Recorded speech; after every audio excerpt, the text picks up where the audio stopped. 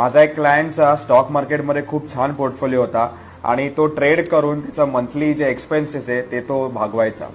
2 वर्षापूर्वी त्याला मी बोललो की 50% पोर्टफोलिओ रिडीम कर, म्युच्युअल फंड्समध्ये टाक, SWP ऑप्शन घे, लाईफ खूप पीसफुल होईल.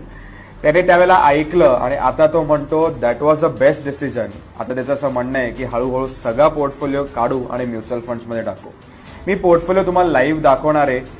एंड पर्यंत बघा, खूप काही शिकण्यासारखं आहे. 22-23 मध्ये त्यांनी पहिली इन्व्हेस्टमेंट केली, ती साधारण 26.5 लाखाची होती आणि नंतर सबसिक्वेंट 2 इयर्समध्ये त्यांनी परत साधारण 12-1 लाख रुपये इन्व्हेस्ट केले. तो SWP मधनं आतापर्यंत त्यांनी 4 लाख रुपये साधारण पैसे रिडीम केले.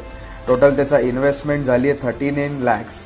4 लाख त्याच्या घरी SWP ने मंथली पेन्शन म्हणून आले आणि तरी त्याच्या करंट व्हॅल्यू आता साधारण 50 लाख रुपये. स्टॉक मार्केटच्या बिलकुल अगेन्स्ट नाही. मी नेहमी म्हणतो stock market is my first love, पण म्युच्युअल फंड्सना खूप पीसफुली पैसे बनवतात.